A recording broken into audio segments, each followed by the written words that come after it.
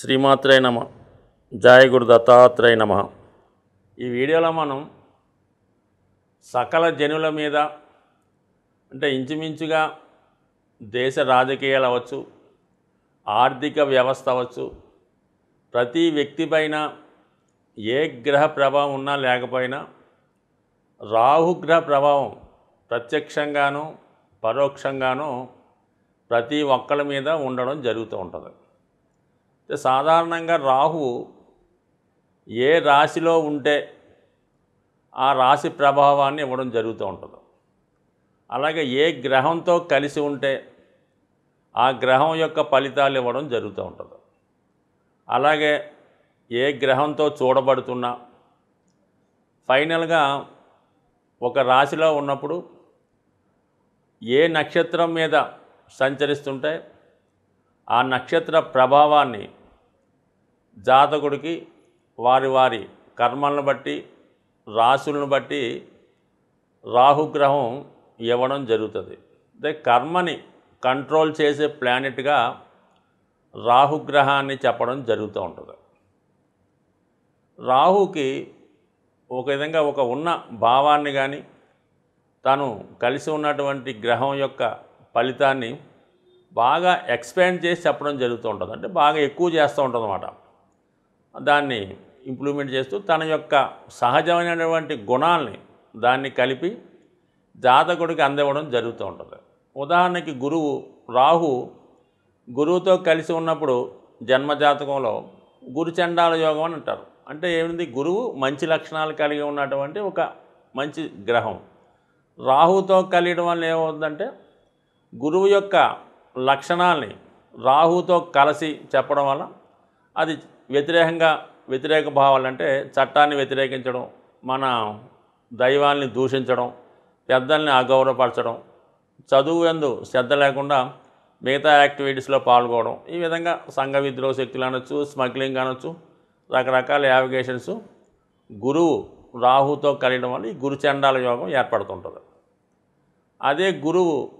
అదే రాహు చంద్రుడితో కలిసి ఉన్నప్పుడు జాతకుడికి విపరీతమైనటువంటి ఆశ కలిగి ఎక్కువ కోరికలు కలిగి అవి తీరకపోవడం వల్ల అనేక రకాల సమస్యలతో మానసిక సమస్యలతో బాధపడుతూ ఉంటాడు.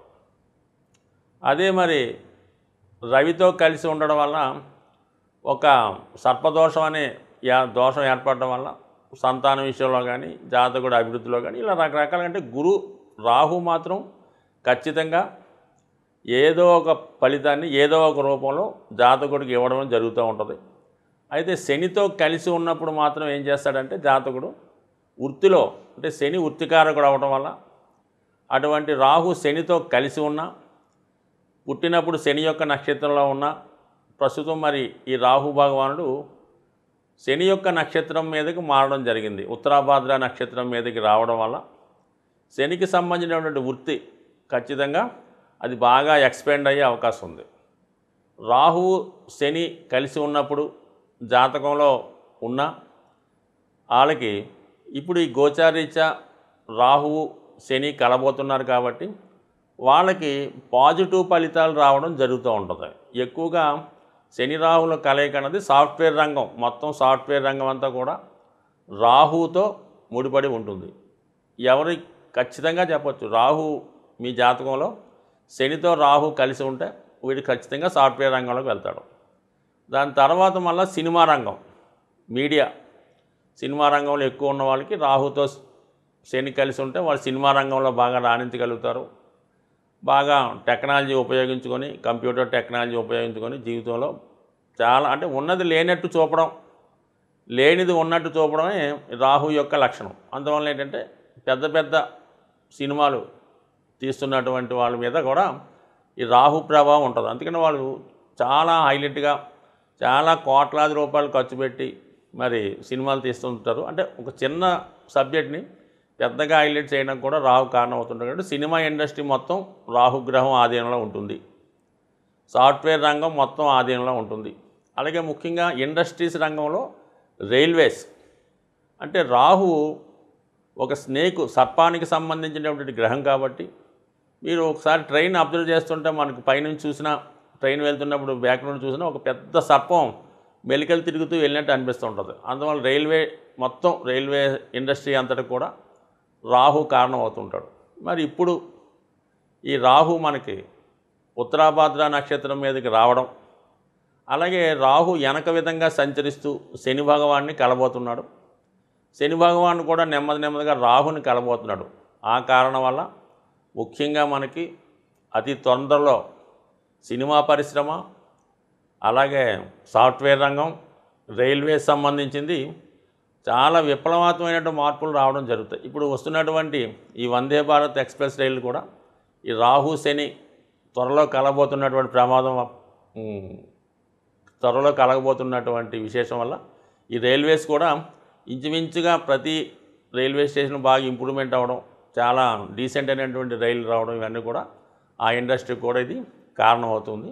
మరి సాధారణ వ్యక్తుల మీద ఈ రాహు మరి ప్రస్తుతం శని నక్షత్రం మీద వెళ్ళడం వల్ల వాళ్ళ వృత్తిలో ఎటువంటి ప్రభావం ఉండబోతుంది అన్న విషయాన్ని మనం రాశుల వారిగా తెలుసుకునే ప్రయత్నంలో ఖచ్చితంగా ఏ రాశి వారికి ఈ రాహు అలాగే శని యొక్క ప్రభావం ఇప్పుడు రాబోయే రోజుల్లో ఉండబోతుంది, అయితే దానికి ఏ విధంగా పరిహారం చేసుకోవాలి అన్న విషయాన్ని మనం ఈ వీడియోలో డీటెయిల్గా తెలుసుకునే ప్రయత్నం చేద్దాం. సింహరాశి వారికి ప్రస్తుతం అష్టమ స్థానంలో రాహుగ్రహ సంచారం, అలాగే శని యొక్క నక్షత్రంలో ప్రవేశించడం, ఈ రెండు కూడా ఈ సింహరాశి వారికి అంత అనుకూలమైనటువంటి స్థితి కాదు అన్నమాట.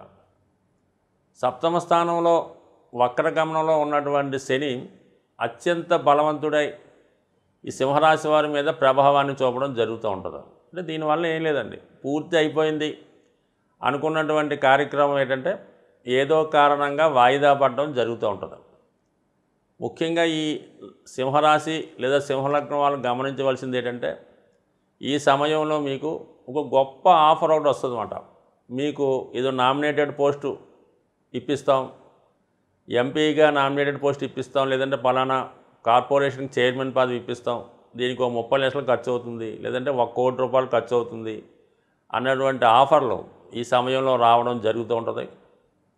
అలాగే నిరుద్యోగులకైతే మీకు ప్రభుత్వ ఉద్యోగం ఈ డిఎస్సిలోనో గ్రూప్ 1లోనో గ్రూప్ 2లోనో ఇప్పించడం జరుగుతుంది.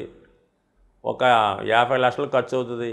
ముందుగా మీరు 10 లక్షలు అడ్వాన్స్ ఇవ్వండి, 40 లక్షలు ఉద్యోగం వచ్చిన తర్వాత ఇవ్వండి అని చెప్పి ప్రలోభపెట్టి చేసే అవకాశం ఉంది. మీరు కూడా అటువంటి మాయలో పడే అవకాశం ఉన్నది. అంతకంటే ఎవరు వదులుకుంటారో మరి ఏదో జీవితం సెటిల్ అవుతుంది కదా అని భ్రమపడుతూ ఉంటారు. ఎట్టి పరిస్థితుల్లో కూడా ఈ సమయంలో మీకు అది జరిగే అవకాశం లేదు. ఆ కారణం వల్ల ఏంటంటే మీరు ఈ విధంగా మోసపోయి తర్వాత ఇబ్బంది పడడం కన్నా ముందే దాన్ని సూక్తిగా కట్ చేయండి. మీకు ఖచ్చితంగా హోదా ఉంది, అది రావాల్సి ఉంటే ఖచ్చితంగా రాహు మీకు తెచ్చి ఇవ్వడం జరుగుతుంది. మీరు అర్హత లేకుండా ఏదో విధంగా సంపాదిద్దామంటే మాత్రం ఖచ్చితంగా పోగొట్టుకోవడం జరుగుతూ ఉంటుంది. కాబట్టి ముందు అటువంటి వాటికి స్వస్తి పలకండి. దాని తర్వాత ఇంకొక విషయంలో ఏంటంటే గతంలో ఎప్పుడో మీరు కంప్లీట్ అయిపోయింది అనుకున్నటువంటి వివాదాలు కానీ, కేసులు కానీ, అపవాదాలు కానీ తిరిగి మళ్ళా మరి ఫైల్ ఓపెన్ చేసి కొంత ఇబ్బంది పెట్టే సూచనలు ఉన్నాయి. అయితే చివరికి ఏమీ జరగదు, ఈ మనస్తాపం జరుగుతూ ఉంటుంది అన్నమాట. ఇప్పుడు శని మిమ్మల్ని లగ్నాన్ని రాశిని చూడటం వల్ల, రాహు అష్టమంలో ఉండడం వల్ల ఊరికే అనవసరంగా ఇబ్బంది పడడం, చాలా స్ట్రగుల్ పడడం, ఏదో కొంపలు మునిగిపోయినట్టు అమెరికాలో ఉన్నవాడిని ఇక్కడ తీసుకొస్తూ ఉంటారు, అటు ఇటు చెప్తే చివరికి ఏమి ఉండదు. అయితే ఏంటంటే ఇటువంటి ఇబ్బంది ఉంటుంది. కొందరికి ఏంటంటే ఏదన్నా అపకీర్తి వల్ల ఏమైనా ఇబ్బంది కలుగుతుందేమో అని ఒక భయం వస్తుంది. అంటే ఏదన్నా రాహు భయపెడతాడు, మీరు భయపడుతుంటారు, కానీ యాక్షన్ అయితే మాత్రం ఏమాత్రం ఉండదు. అది సజావుగా మండుతున్నటువంటి అగ్నిలో నీళ్లు జల్లినట్టు జల్లారిపోతూ ఉంటుంది. అయితే ఏంటంటే టెంపరీగా మీకోసం దుష్ప్రచారం జరగడం, 10 మంది మీకోసం చెడ్డగా చెప్పుకోవడం, అప్పుడు దాకా ఉన్నటువంటి మంచి పేరు పోవడం, ఇలాంటివి జరిగే అవకాశం ఉంది. కానీ దాని తర్వాత మళ్ళా ఈ రాహు మళ్ళా మనకి మారడం, ఈ గ్రహాలన్నీ మారి దశది బాగున్నప్పుడు ఆటోమేటిక్గా మంచి ఉన్నత స్థాయికి రావడం జరుగుతూ ఉంటుంది. మరి ఈ మధ్యకాలంలో మనకి ఈ ఉభయ తెలుగు రాష్ట్రాల్లో ఇదే జరిగింది. సో అందువల్ల సింహరాశి వారు ఎట్టి పరిస్థితుల్లో కూడా ఏమీ ఇబ్బంది పడక్కర్లేదు. ముందు ఇబ్బంది పడినా ఖచ్చితంగా దాని తర్వాత ఒక మంచి శుభం జరగబోతున్న విషయాన్ని మీరు గమనించండి. రాహుగ్రహ పరిహారానికి ఏకైక పరిహారం చాలా సులభంగా అందరూ చేసుకోదగిన పరిహారం ఏంటంటే, మీకు రాహుకాలంలో, అది శుక్రవారం రోజు ఉదయం 10:30 నుంచి 12 గంటల మధ్యలో సాధారణంగా రాహుకాలం వస్తుంటుంది. ఆ సమయంలో సాధ్యమైనంత వరకు మీకు దగ్గరలో ఉన్నటువంటి అమ్మవారి ఆలయంలో మరి ఒక 18 ప్రదక్షిణలు చేసి అమ్మవారి కుంకుమ పూజ కానీ, నిమ్మకాయల దండ, ఇంచుమించుగా నిమ్మకాయలు అయితే ఓ 18తో చేయొచ్చు, 108తో చేయొచ్చు. ఆ విధంగా నిమ్మకాయల హారం అమ్మవారికి వేసి, లేదంటే ఒక 4 కొబ్బరికాయలు అమ్మవారి టెంపుల్లో ఇవ్వడం, లేదా ఒక గుమ్మడికాయ అమ్మవారికి బలి ఇవ్వడం, అంటే వాళ్ళకి ఇవ్వడం వల్ల ఇది చాలా వరకు పరిహారం అవుతుంది. ఇది ఒకే వారం కాదు, ఓ 18 వారాల పాటు ఈ విధంగా చేయడం వల్ల జాతకంలో ఉన్నటువంటి సమస్త దోషాలు పరిహారం అవుతాయి.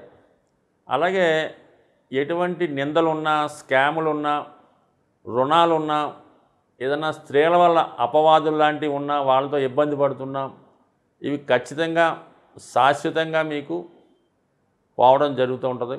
ఇంకా కొద్దిగా ఎక్కువ ఇబ్బందులు ఉన్నవారు, అవకాశం ఉన్నవాళ్ళు మరి ఏదైనా ఒక పుణ్యక్షేత్రంలో, ముఖ్యంగా శ్రీశైలంలో కానీ, విజయవాడలో కానీ, అక్కడ నిత్యం చండీ హోమం జరుగుతూ ఉంటుంది. అలాగే బాసర్లో కానీ, ఎవరికి దగ్గర ఉంటే వాళ్ళు ఆ టెంపుల్లో చండీ హోమంలో పాల్గొనడం వల్ల ఖచ్చితంగా ఇంకా పరిహారం అంటూ 100% జరిగే అవకాశం ఉంటుంది.